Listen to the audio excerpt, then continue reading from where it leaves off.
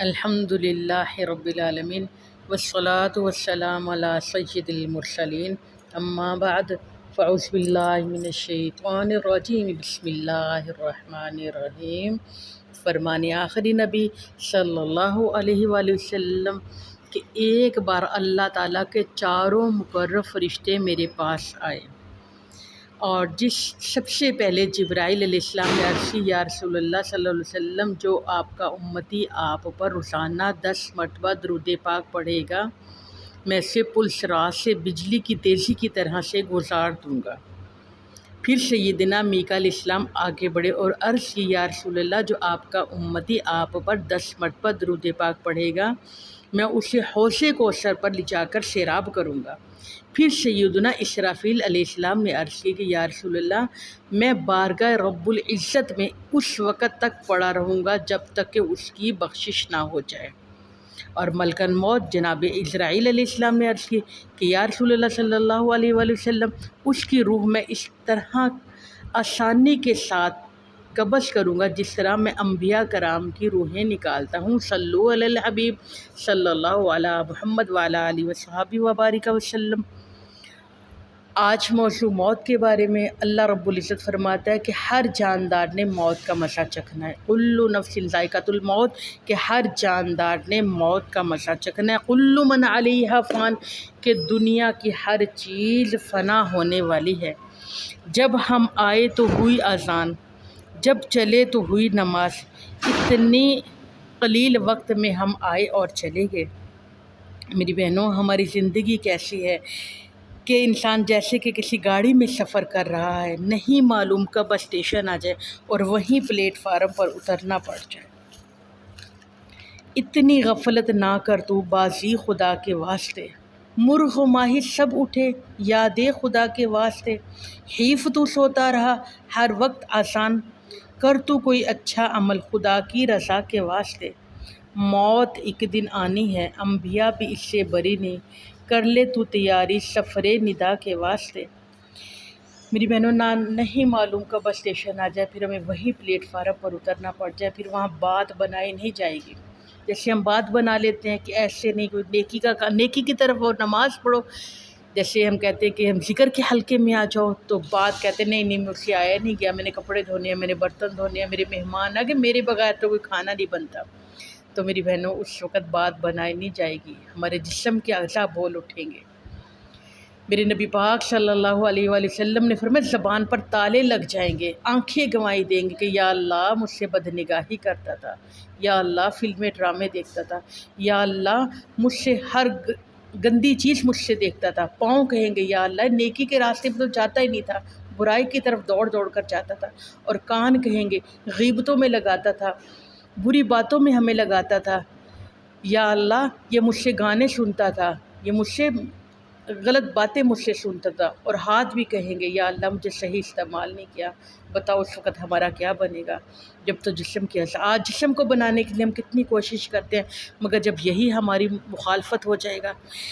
میری بہنوں، ایک بادشاہ کہیں سے گزر رہا تھا کہ اس نے دیکھا کہ کوئی ایک گوار، کوئی دیہاتی بادشاہ سیر کرتے گزر رہا تھا کہ وہ ایک پتھر اٹھا کے ایک درخت کے مار رہا تھا۔ وہ دراصل انمول ہیرے تھے۔ ایک بادشاہ کو بھی لگ گیا۔ بادشاہ نے کہا کون بے وقوف ہے جو ہیرے لٹا رہا ہے؟ تو خدام دوڑے اور جب دوڑ کر وہ ایک گوار کو، دیہاتی کو لے کر آگے، بادشاہ نے اسے کہا، وہ ڈر گیا۔ تو بادشاہ نے کیا کر رہے تھے؟ کہا کہ کہاں سے تم نے انمول ہیرے ملے؟ تو اس نے کہا نہیں، یہ تو پتھر کے سنگریزے ہیں، میں پہاڑ پر سیل کر رہا تھا، وہاں سے مجھے ملے، میں نے جھولی میں ڈال لیے اور میں اس کو پھل توڑنے کے لیے استعمال کر رہا ہوں۔ آپ نے فرمایا جانتے تو اس کی ایک کی قیمت کتنی ہے؟ اس سے تو نہ جانے کتنے ہزاروں پھل تجھ سے مل سکتے تھے، ہزاروں سونا تو بیچ سکتا تھا خرید کر، تو نے یہ کیا کرا؟ یہ تو انمول ہیرے سونے کے تھے۔ تو کہا میں کیا کروں؟ فرمایا اسی طرح یہ تو نے تو تیرے ہاتھ سے چلے گئے۔ میری بہنوں، ہماری زندگی کے بھی انمول وقت کے یہ لمحے ہیں، ان کو ہم نے ضائع نہیں کرنا، ان کو ہم نے سنبھال کے رکھنا ہے۔ اور مولا علی شیر خدا ایک بار کسی قبر کے قریب سے گزرے۔ میری بہنوں، سمجھ تو آ رہی ہے نا آپ کو؟ ایک قبر کے قریب سے گزرے، آپ نے دیکھا کہ قبر کی حالت بگڑی ہوئی۔ آپ نے قبر کو مخاطب کر کے کہا اے مرنے والے، بتا قبر نے تیرے ساتھ کیا معاملہ کیا؟ تو اس سے ندا آئی کہ اے مولا علی کیا پوچھتے ہو، کفن پھٹ گئے، بال بکھر گئے، ہڈیاں ٹوٹ پھوٹ کر ایک دوسرے مٹی بن گئی، گوشت کو کیڑے کھا گئے، اور آپ نے کہا بتاؤں تیرے پیچھے والوں کا کیا حال ہوا؟ ہاں حضور بڑا عالیشان گھر بنا کر آیا تھا۔ آپ نے فرمایا ٹھہر پہلے میری بات تو سن، جو تیرا مال تھا وہ بٹ گیا، جو تو نے محل بنایا تھا اس میں دیواریں ہو گئی، اور تیرا محلہ تو کیا، تیرے گھر میں بھی کوئی تیرا نام نہیں لیتا، تیری بیوی کی الگ مصروفیت ہے، تیری اولاد نے نئے یار بنا لیے، تجھے کوئی یاد کرنے والا نہیں۔ لوگ میری بہنوں زیادہ عرصے یاد نہیں رکھتے۔ ہم کہتے ہیں لوگ کیا کہیں گے، لوگ کیا کہیں گے، میری بہنوں لوگ کچھ نہیں کہتے، یہ تیرا اپنا ہی دھوکہ ہے، تو اپنے آپ کو دھوکے سے۔ ایک بادشاہ کا مجھے آج پھر واقعہ یاد آ گیا، سکندر اعظم بادشاہ تھا، یہ مسلمان بادشاہ تھا، مگر پھر یہ اس کی 32 سال کی عمر تھی، اس نے 32 سال کی عمر میں آدھی دنیا فتح کر لی۔ 32 سال کا جوان، آدھی دنیا، مقناطیسی طاقت اللہ نے عطا فرمائی تھی، جدھر بھی جاتا تھا علاقے فتح کر لیتا تھا، اپنی محنت سے، عقل مندی سے اتنے علاقے فتح کر لیے۔ اور پھر کیا ہوا، یہ ہمارے پاکستان میں جہلم کے قریب ایک تیر لگا، وہ سیر کر رہا تھا، نہ جانے تیر کہاں سے لگا، بادشاہ آپ سب جانتے ہیں غصے میں آ گیا، اس نے کہا ہر چمکتے والی آنکھ کو مار دو۔ جی آنکھ کس کی چمکتی ہے؟ ہر ایک کا، جس کی بھی آنکھ چمکتی ہے اس کو مار دو۔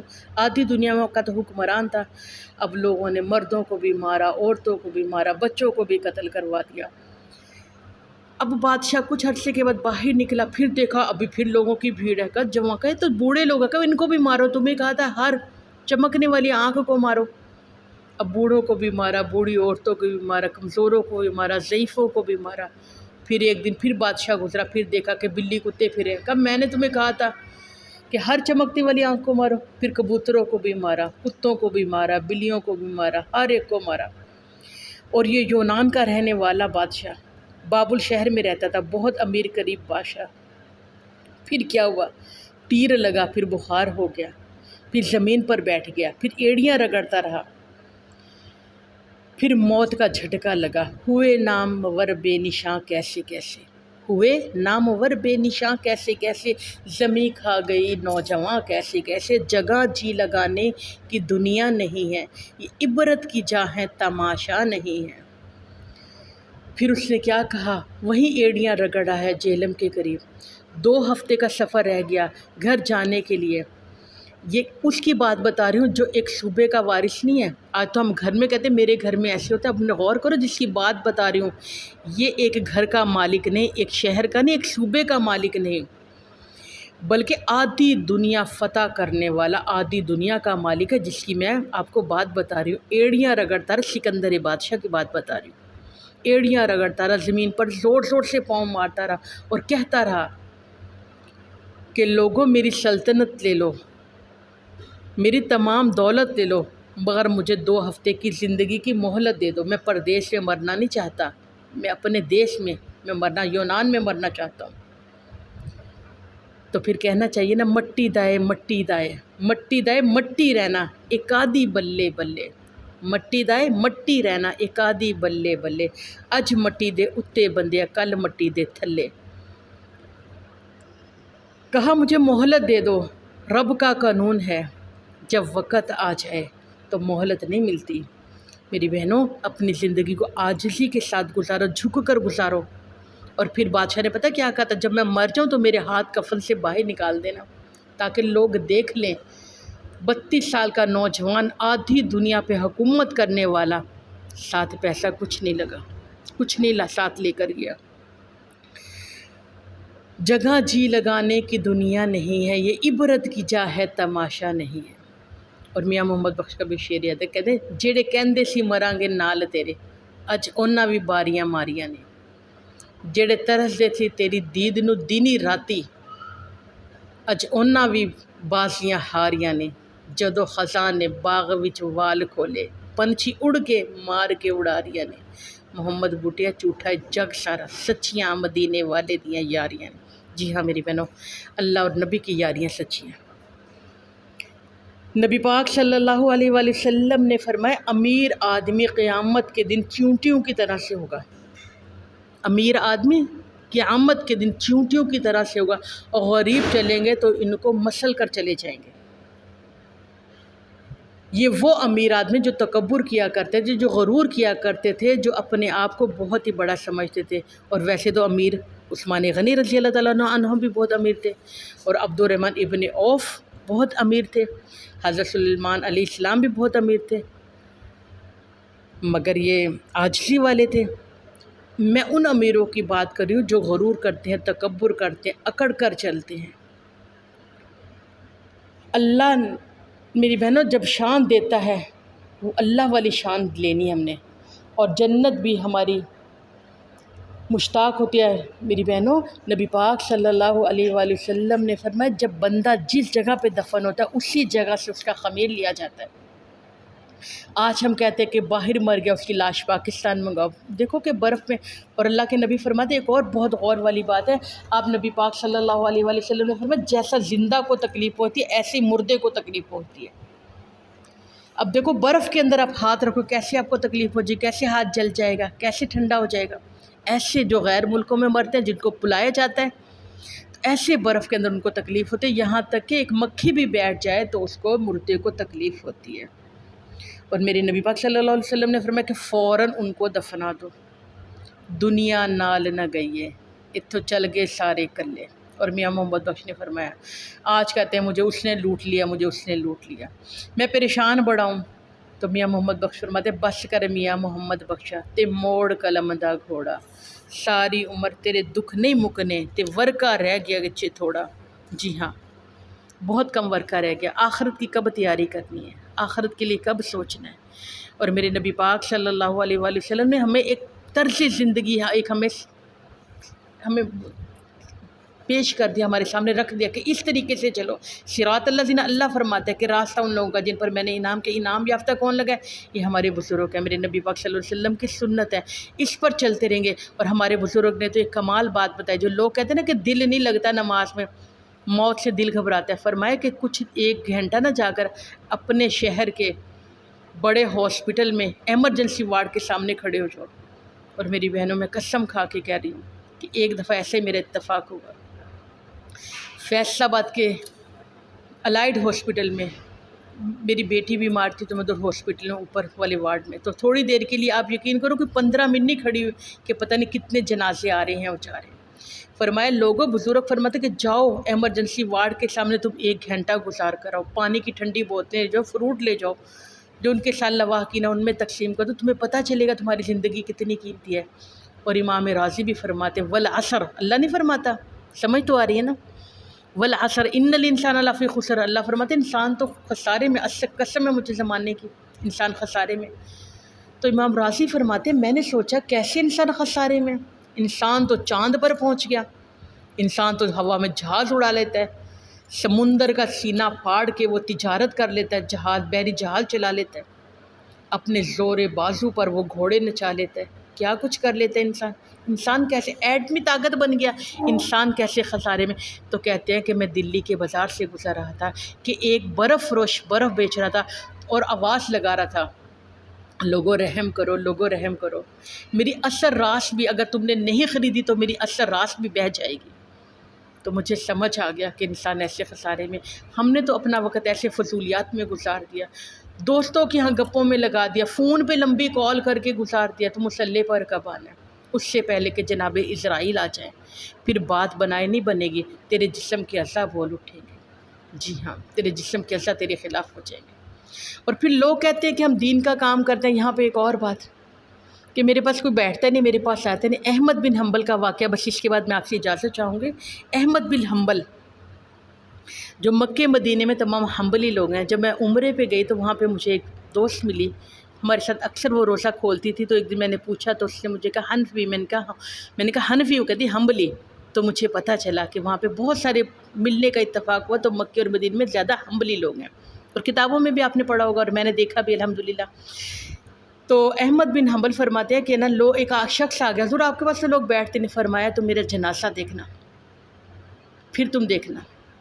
اور پھر نصیر پتہ پھر کیا فرماتا ہے، بے قدراں کچھ قدر نہ کیتی تے کیتی خوب تسلی ہو، دنیا دار پجاری زر دے جویں کتیاں دے کل ٹلی ہو۔ بک بک روشن اکھیاں تک سن ویکھ حویلی کلی ہو کوچ نصیر جدوں اسی کیتا تے مچ جانی تھر تھلی ہو۔ پیر نصیر الدین نصیر نے بھی آپ نے فرمایا تھا، میں احمد بن حنبل کی بات بتا رہی تھی، آپ نے کہا کہ لوگ اب نہیں نا قدر کرتے، اب ہمارے پاس ٹائم نہیں کسی دین والے کے پاس بیٹھنے کو، اب ہمارے پاس ہی نہیں، ہمارے پاس ٹائم ہی نہیں، کیونکہ ہمیں تو فلم و ڈرامہ سے ٹک ٹاکر سے ہمیں اجازت وہ نہیں ملتا ٹائم، ہم نے مسلح پہ کب آنا، ہم نے قرآن سے کب رہنمائی لینی ہے۔ احمد بن حنبل نے فرمایا کہ تم میرا جنازہ دیکھنا، سمجھ تو آ رہی ہے آپ احباب کو، فرمایا تم میرا جنازہ دیکھنا، پھر آپ کا ایک وقت آیا، آپ کا انتقال ہو گیا، آپ نے دنیا سے پردہ فرمایا، اور اتنا دنیا کا ازدحام اور 20,000 لوگوں نے صرف جنازہ دیکھ کے کلمہ پڑھ لیا۔ کیا دیکھ کر؟ جنازہ دیکھ کر، چہرہ نہیں دیکھا۔ کافر لوگوں نے، یہودیوں نے، غیر مسلم لوگوں نے، 20,000 لوگوں نے، اب وہ کیسے دیکھا؟ اب وہ جنازہ جا رہا ہے، کوئی کھیتی باڑی کر رہا ہے بے خیالی میں، جیسے ہم سفر کرتے ہیں چلتے چلتے کوئی جنازہ سامنے سے گزر جاتا ہے، نظر پڑ گئی، جیسے کبھی ہم ٹرین میں جا رہے تھے نظر پڑ گئی، بس میں جا رہے ہیں سفر تو جنازہ گزر رہا ہے، کوئی کھیتی باڑی کر رہا تھا، کوئی ٹرین میں سفر کر رہا تھا، کوئی گھوڑوں پہ سفر کر رہا تھا، کوئی سبزی بیچ رہا تھا، کوئی جا رہا تھا، کوئی آ رہا تھا، کوئی خرید و فروخت کر رہا تھا، 20 لاکھ لوگوں نے کلمہ پڑھ لیا آپ کا جنازہ دیکھ کر۔ تو پتہ چلا ہمارے تو بزرگوں کے جنازے بھی کلمے پڑھا دیتے ہیں۔ جی ہاں، آج اس رات، آج لے میری بہن، آج آ جاؤ مسلح والی زندگی، آج آ جاؤ، آج اللہ کو منا لو۔ بہلول دانا میری بہنوں، ایک بار بادشاہ ہارون رشید نے دیکھا بازار میں کھڑے رو رہے ہیں، اور پھر کچھ دنوں کے بعد دیکھا کہ قبرستان کے پاس کھڑے رو رہے۔ پہلے بازار میں پوچھا بابا جی آج کیوں رو رہے ہو؟